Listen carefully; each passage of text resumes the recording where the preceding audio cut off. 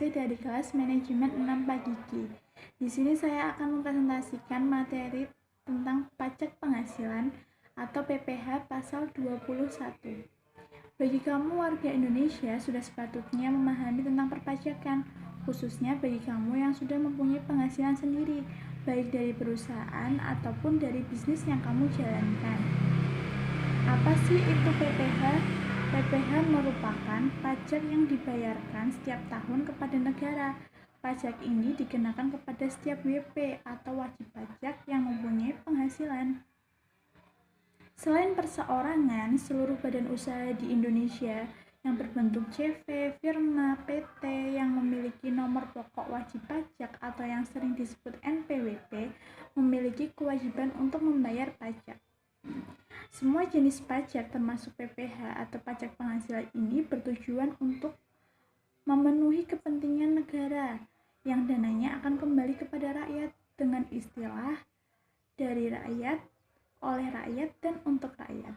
Jadi jangan lupa untuk membayar pajak ya. Dasar hukum perhitungan dan pemotongan PPh ini merujuk kepada yang pertama, Undang-Undang Nomor 36 Tahun 2008 tentang Pajak Penghasilan. Yang kedua, Peraturan Menteri Keuangan Nomor 252 Tahun 2008 tentang petunjuk pelaksanaan pemotongan pajak atas hasil sehubungan dengan pekerjaan, jasa, dan kegiatan orang pribadi. Yang ketiga, Peraturan Dirjen Pajak Nomor 16 Tahun 2016 tentang pedoman teknis tata cara pemotongan, penyetoran, dan pelaporan pajak penghasilan. Yang keempat, Peraturan Menteri Keuangan Nomor 102 Tahun 2016 tentang penetapan bagian penghasilan sehubung dengan pekerjaan dari pegawai harian dan mingguan, serta pegawai tidak tetap lainnya yang tidak dikenakan pemotongan menimbang pajak penghasilan. Yang kelima, Peraturan Pemerintah Nomor 68 Tahun 2009 tentang tarif pajak penghasilan pasal 21 atas penghasilan berupa uang pesangon, uang manfaat pensiun, tunjangan hari tua, dan jaminan hari tua yang dibayarkan sekaligus.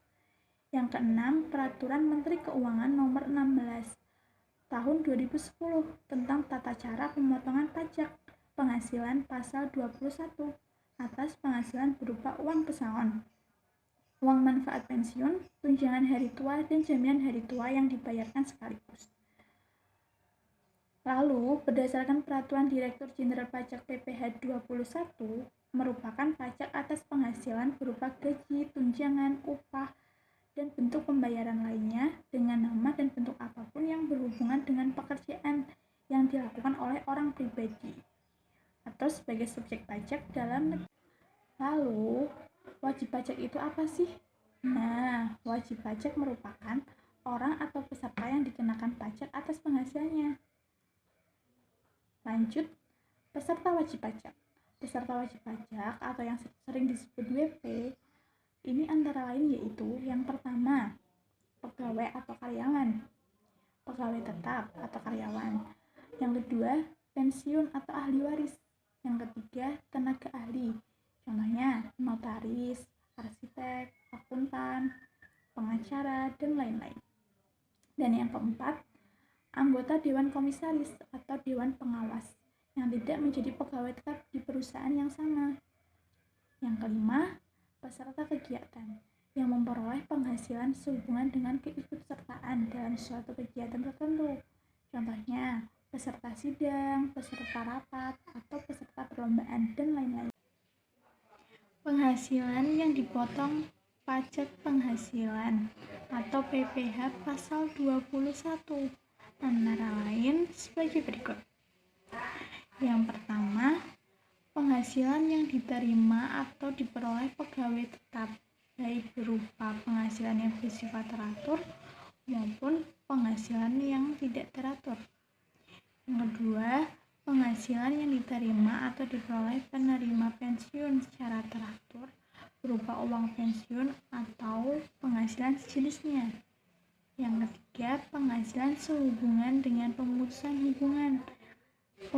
hubungan kerja dan penghasilan sehubungan dengan pensiun yang diterima secara sekaligus berupa uang pesangon, uang manfaat pensiun, tunjangan hari tua atau jaminan hari tua, dan pembayaran lain sejenisnya.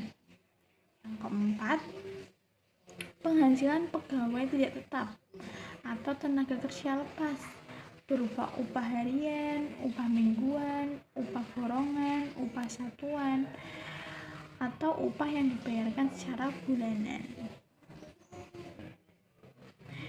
Yang kelima, yaitu imbalan kepada bukan pegawai, antara lain berupa honorarium, komisi, fee, atau imbalan sejenisnya, dengan nama dan dalam bentuk apapun sebagai imbalan sehubungan dengan pekerjaan, jasa, dan kegiatan yang dilakukan. Nah, yang keenam, yang terakhir, yaitu imbalan kepada peserta kegiatan, antara lain berupa uang saku, uang representasi, uang rapat, honorarium, hadiah, atau penghargaan dengan nama dan dalam bentuk apapun, dan imbalan sejenis dengan nama apapun.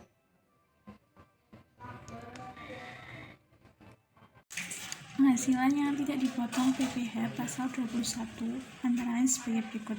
Yang pertama yaitu pembayaran manfaat atau santunan asuransi dari perusahaan asuransi sehubungan dengan asuransi kesehatan, asuransi jiwa, asuransi kecelakaan, asuransi dwiguna, dan asuransi beasiswa.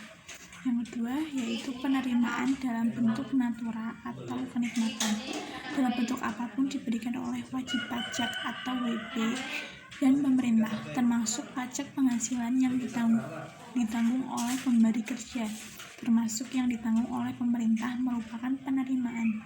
Yang ketiga yaitu iuran pensiun yang dibayarkan kepada dana pensiun yang pendiriannya telah disahkan oleh Menteri Keuangan, iuran tunjangan hari tua atau iuran jaminan hari tua kepada Badan Penyelenggaraan Tunjangan Hari Tua atau Badan Penyelenggaraan Jaminan Sosial Tenaga Kerja.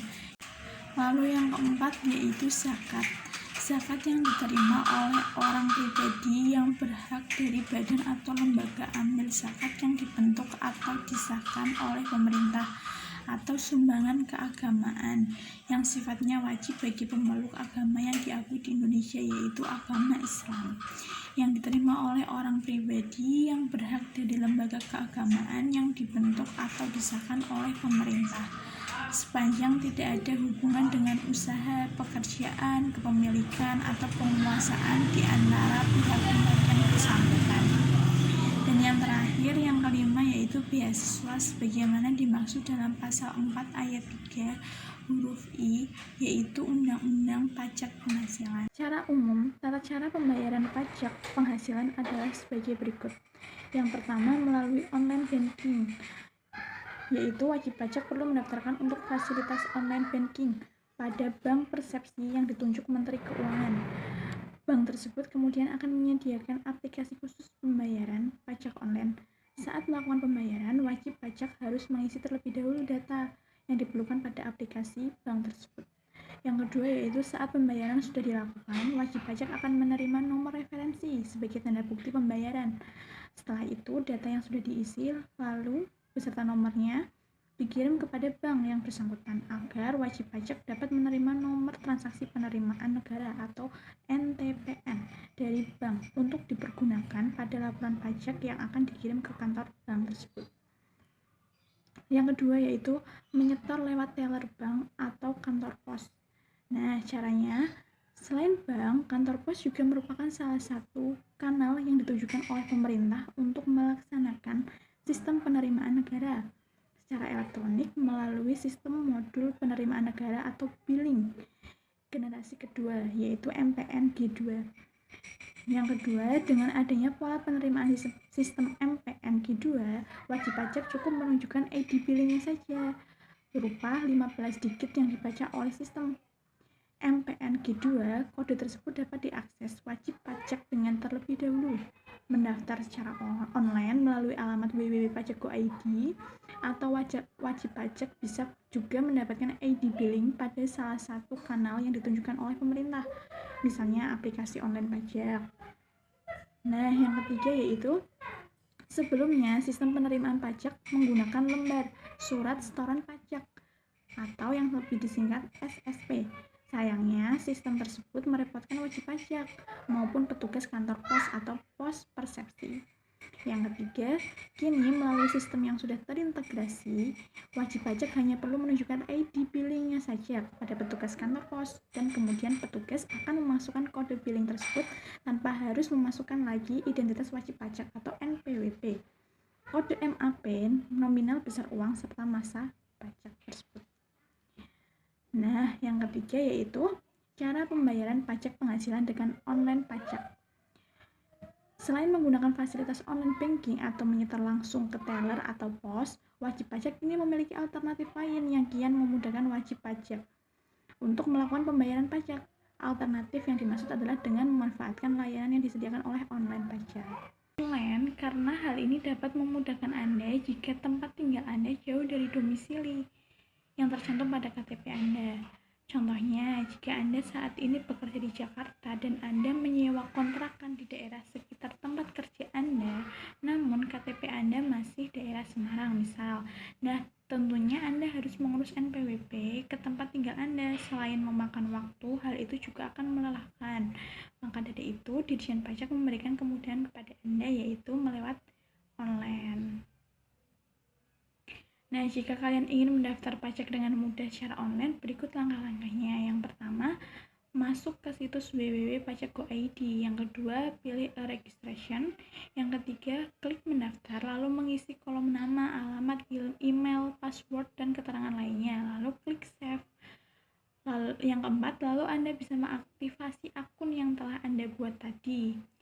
Cara mengaktifasinya melalui membuat email yang Anda daftarkan, lalu Anda buka inbox atau pesan dari Ditjen Pajak dan Anda tinggal mengikuti petunjuk yang diberikan. Yang kelima, setelah selesai klik tombol token atau kode rahasia, lalu di copy paste token tersebut dan masuk kembali ke menu dashboard, lalu klik kirim. Yang terakhir, cetak dokumen pada layar komputer formulir registrasi wajib pajak. Setelah ditandatangani, Anda harus menyiapkan dokumen yang diperlukan seperti yang sudah disebutkan di atas tadi. Setelah itu, tinggal di-scan dokumen yang diperlukan, kemudian Anda mengirim dalam bentuk file melalui aplikasi e-registration.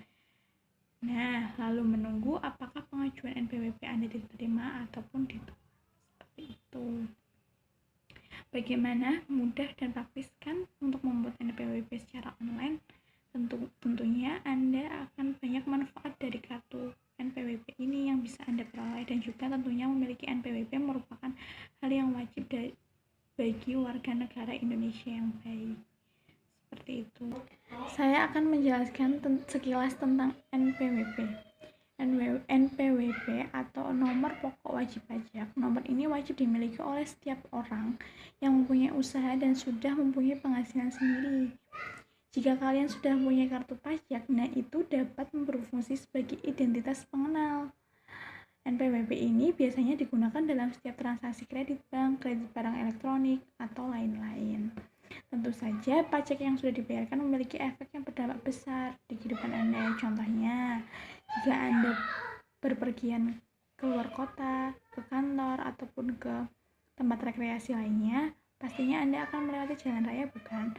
Nah, jalan raya itu sendiri dibangun dari uang yang Anda berikan kepada pemerintah melalui pajak penghasilan yang Anda bayarkan setiap bulannya loh. Seperti itu.